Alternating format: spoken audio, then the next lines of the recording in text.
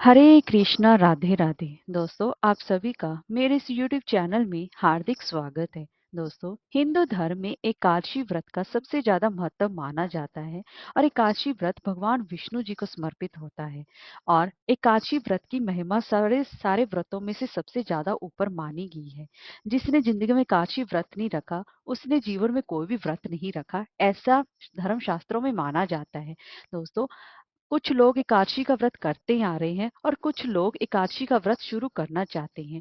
ये वीडियो उन दोनों के लिए है, मगर जिन लोग एकादशी का व्रत शुरू करना चाहते हैं उनके लिए खास तौर से आज की मैं इस वीडियो में बात करने वाली हूँ कि हमें एकादशी का व्रत कब से शुरू करना चाहिए, कितने व्रत करने चाहिए और क्या खाना चाहिए और क्या नहीं खाना चाहिए, और एकादशी व्रत के नियम क्या हैं। अगर आप भी ये व्रत करना चाहते हैं तो इस वीडियो को बिना स्किप किए अंत तक जरूर देखें, आपको संपूर्ण जानकारी मिलेगी। तो चलिए वीडियो शुरू करते हैं। दोस्तों, अगर आपको हमारी वीडियो अच्छी लगी हो तो लाइक शेयर और सब्सक्राइब करना ना भूलें और कमेंट बॉक्स में ओम नमो नारायण अवश्य लिखें। तो चलिए वीडियो शुरू करते हैं। दोस्तों, हिंदू धर्म में एकादशी का व्रत सबसे ज्यादा उत्तम माना जाता है और एकादशी व्रत से बड़ा हिंदू धर्म में और कोई भी व्रत नहीं है। जो लोग एकादशी का व्रत करते आ रहे हैं उन्हें तो संपूर्ण नियमों का पता ही है। अगर आप पहली बार एकादशी का व्रत करना चाहते हैं तो इन नियमों को अवश्य ही जान लें। दोस्तों, एकादशी का व्रत साल में कुल 24 एकादशी होती हैं। एक कृष्ण पक्ष की एकादशी होती है और एक शुक्ल पक्ष की एकादशी होती है। ऐसे में 24 एकादशी बनती हैं और कई बार अधिक मास आने की वजह से 26 एकादशी हो जाती हैं। जिस साल अधिक मास इस साल 2023 में अधिक मास आया था, जिसकी वजह से इस साल 26 एकादशी पड़ रही है। दोस्तों, अब हम जान लेते हैं कि हमें एकादशी का व्रत सबसे पहले हमें कब से शुरू करना चाहिए। दोस्तों, एकादशी का व्रत शुरू करने से के लिए सबसे पहले तो हमें देव उठनी एकादशी का इंतजार करना चाहिए। अभी देव उठनी एकादशी आई थी, उससे आप व्रत शुरू कर सकते हैं। क्योंकि कार्तिक के मास में जब देव उठते हैं, भगवान विष्णु निद्रा से जागते हैं, तो सभी धर्म कर्म शुरू हो जाते हैं। सभी धर्म कर्म अपने कार्यों पर वह धर्म का पालन करना शुरू कर देते हैं। इसीलिए इस एकादशी का सबसे ज्यादा महत्व माना जाता है। और कुछ लोग, अगर उस दिन आप देव उठनी एकादशी पर व्रत नहीं कर सके, अगर आप व्रत करना चाहते हैं तो उसके लिए सबसे ज्यादा उत्तम महीना है मार्गशीर्ष मास का महीना, जो कि अभी मार्गशीर्ष मास यानी कि अगहन का महीना चल रहा है। और अगहन मास की में भी आप एकादशी का व्रत शुरू कर सकते हैं। अगहन मास में दो एकादशी आती है। पहली आती है कृष्ण अगहन मास के कृष्ण पक्ष की एकादशी को उत्पन्ना एकादशी मानी जाती है और अगहन मास के शुक्ल पक्ष की एकादशी को मोक्षदा एकादशी के नाम से जाना जाता है। जो अगहन मास की उत्पन्ना एकादशी है वो भगवान विष्णु जी के काया से प्रकट हुई थी, जिसकी वजह से माता एकादशी का परकट्टे हुआ था। इसी वजह से अगर आप एकादशी का व्रत शुरू करना चाहते हैं तो आप मार्गशीर्ष मास की यानी कि अगहन मास की कृष्ण पक्ष की एकादशी उत्पन्ना एकादशी से व्रत शुरू कर सकते हैं, जो कि सबसे उत्तम समय है। और कुछ लोग कृष्ण पक्ष और शुक्ल पक्ष का कहते हैं कि कुछ लोग शुक्ल पक्ष का व्रत शुरू करना चाहते हैं और कुछ लोग कृष्ण पक्ष से भी व्रत शुरू कर लेते हैं। इन दोनों में से आप जो भी आपको सुटेबल लगे, जो भी आपकी समर्थ उसके हिसाब से आप व्रत शुरू कर सकते हैं। आप चाहे तो मोक्षदा एकादशी से भी व्रत की जाने की अगहन मास की शुक्ल पक्ष की एकादशी से भी व्रत प्रारंभ कर सकती हैं। आप व्रत कब कब प्रारंभ कर सकती हैं? एक तो मार्गशीर्ष मास से व्रत प्रारंभ कर सकती हैं और दूसरा है माघ मास से व्रत प्रारंभ कर सकती हैं और अगला है चैत्र मास से आप एकादशी व्रत का प्रारंभ कर सकती हैं। इसमें कोई भी दोष नहीं है। अब आप जान लेते हैं आपको व्रत कब शुरू नहीं करना चाहिए। अगहन मास का अगला महीना आएगा पौष मास का महीना, आपको उसमें व्रत बिल्कुल भी शुरू नहीं करना चाहिए। इस बात का विशेष रूप से ध्यान दें। और इसी के साथ साथ आपको मल मास के महीने में भी व्रत का प्रारंभ नहीं करना चाहिए। इस बात का विशेष ध्यान रखें। अब आप कुछ लोग एकादशी का व्रत सिर्फ शुक्ल पक्ष की एकादशी का ही व्रत का संकल्प लेते हैं। वो आपकी इच्छा पर निर्भर है कि आप अकेले ही इस महीने की एक शुक्ल पक्ष की एकादशी का व्रत करना चाहते हैं या फिर आप एकादशी व्रत के कृष्ण पक्ष और शुक्ल पक्ष दोनों एकादशी व्रत दोनों ही साथ में करना चाहते हैं। अगर आप दोनों ही पक्षों की एकादशी का व्रत करेंगे तो अति उत्तम रहेगा, इसमें कोई भी दोष नहीं लगेगा। और ऐसा करने से भगवान विष्णु जी की संपूर्ण कृपा आपको प्राप्त होगी। एकादशी व्रत के नियम थोड़े कठिन होते हैं, लेकिन पर भगवान की कृपा पाने के लिए एकादशी का व्रत आपको जिंदगी में एक बार तो जरूर अवश्य ही रखना चाहिए। अब हम जान लेते हैं हमें कितने व्रत करने चाहिए। वैसे तो हमें दोनों ही एकादशी का व्रत करना चाहिए, एक कृष्ण पक्ष की एकादशी का और एक शुक्ल पक्ष की एकादशी का। लेकिन कुछ लोग इतने कठिन से नियमों का पालन नहीं कर सकते, संपूर्ण लगातार व्रत नहीं करना चाहते, वो खास तौर पर खास नियमों का ही व्रत करना चाहते हैं।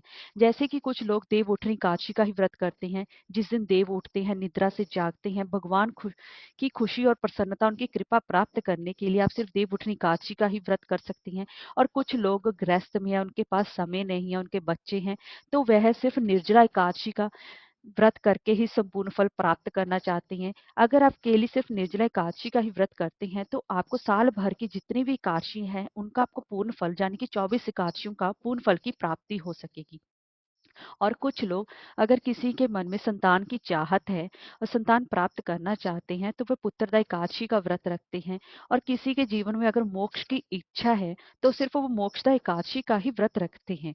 तो जैसे भी आपको सुविधा लगे, आप चाहे तो 3, 5, 7, 9, 11 एकादशी का व्रत भी रख सकती हैं, आप अपनी सुविधा के अनुसार। आपको इसमें कोई भी प्रॉब्लम या कोई भी समस्या इसमें नहीं आएगी।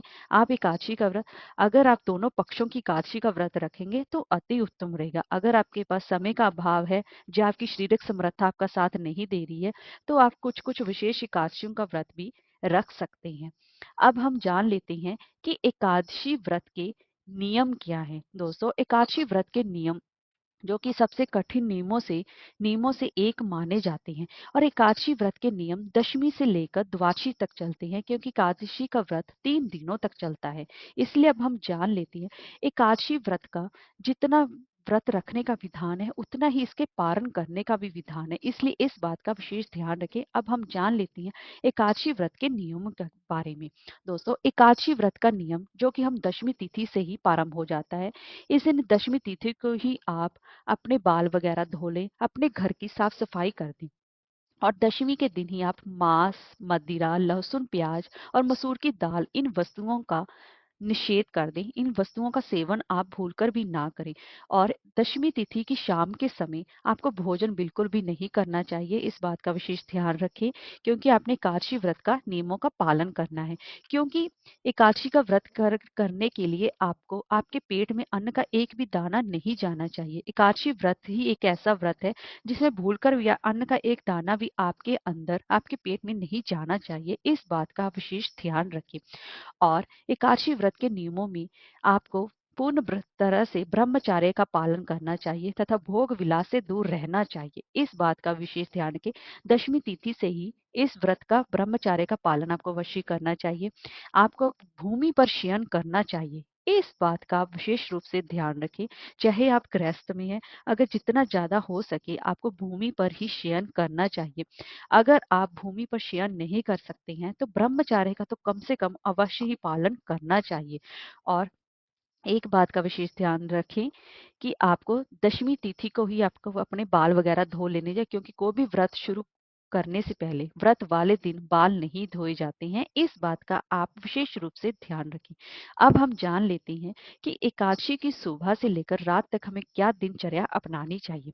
दोस्तों, एकादशी के दिन हमें सुबह ब्रह्म मुहूर्त में जल्दी उठना चाहिए। अगर आपसे किसी कारणवश सुबह ब्रह्म मुहूर्त में जल्दी नहीं उठा जाता है तो इतना आपको विशेष रूप से अवश्य करना चाहिए कि सुबह सूर्य उदय से पहले उठ जाए।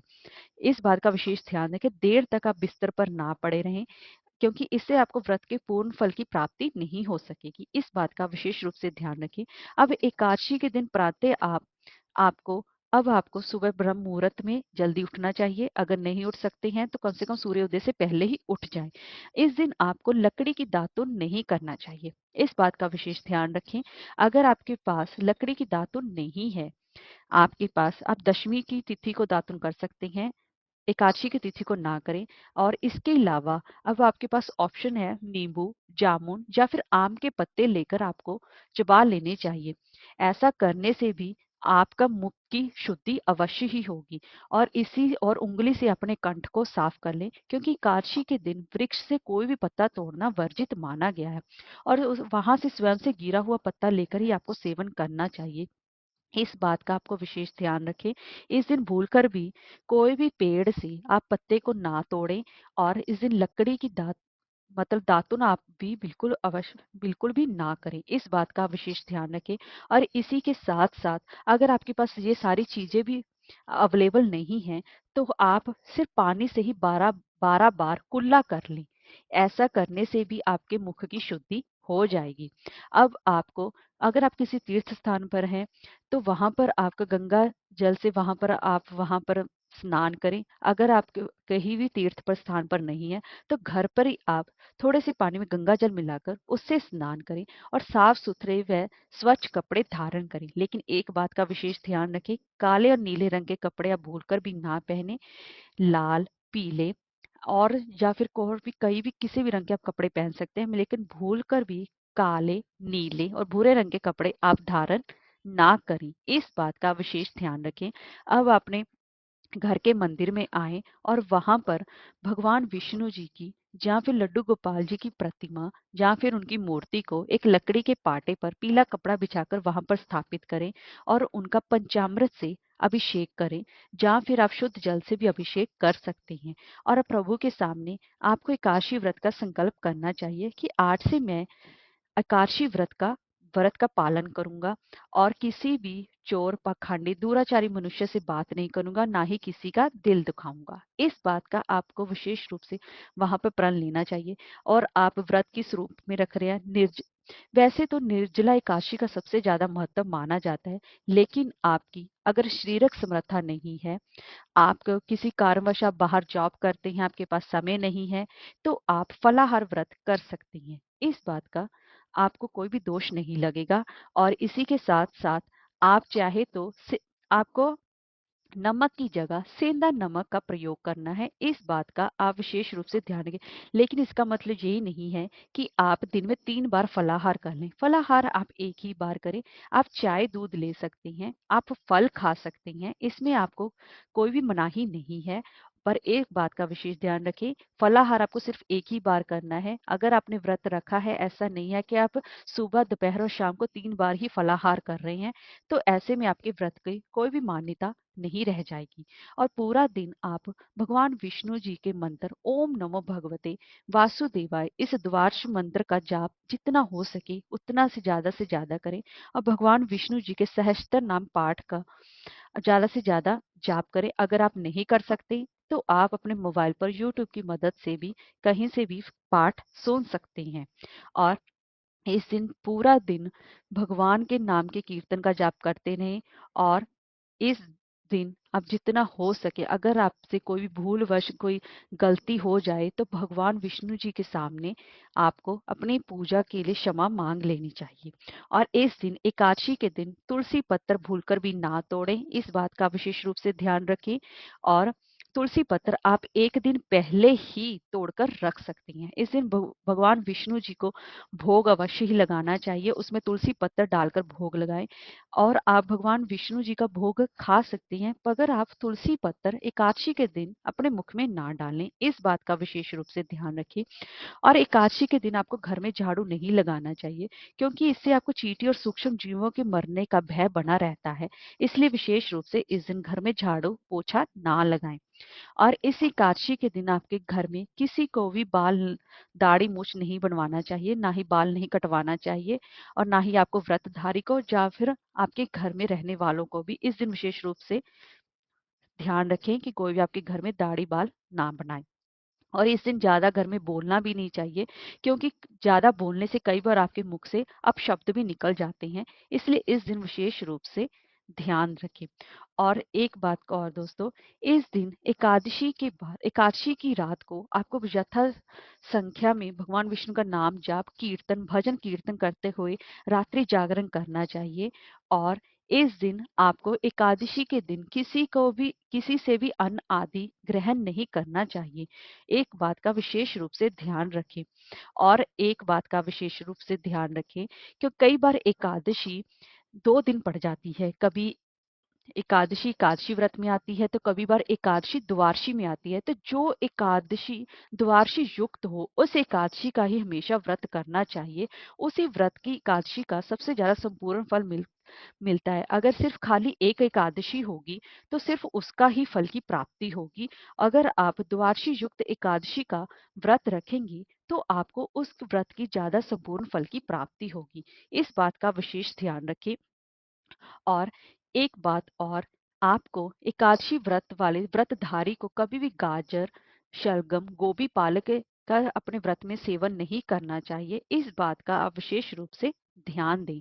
आप इस दिन केला, आम, अंगूर, बादाम, पिस्ता, इन सभी फलों का सेवन कर सकते हैं। आप जूस भी पी सकती हैं, लेकिन डिब्बा बंद जूसों का सेवन ना करें। घर पर ही निकालकर फलों का सेवन कर सकते हैं। दोस्तों, अब आपको द्वादशी तिथि के दिन, आपने एकादशी के दिन बिल्कुल भी अन्न का सेवन नहीं किया था।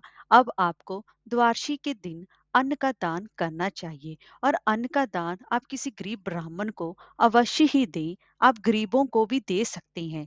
ऐसा करने से आपको एकादशी के संपूर्ण फल की प्राप्ति होगी। तो दोस्तों, इस तरीके से आप एकादशी का व्रत पूर्ण कर सकते हैं। लेकिन एक बात का हमेशा ध्यान रखें, द्वादशी युक्त एकादशी का व्रत ही करें तो ज्यादा उत्तम रहेगा।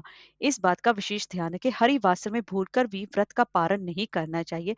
व्रत का पारण कैसे करना चाहिए, आपको संपूर्ण आपके तिथियों के लिए आपको यूट्यूब पर और आपको न्यूज़पेपर में लिखा हुआ मिल जाएगा कि हमें एकादशी व्रत का पारण किस समय करना चाहिए। उसी तिथि में ही और उस समय में ही आपको एकादशी व्रत का पारण करना चाहिए, क्योंकि एकादशी का व्रत का सही तरीके से पारण करने से ही आपको एकादशी व्रत की संपूर्ण फल की प्राप्ति हो सकेगी।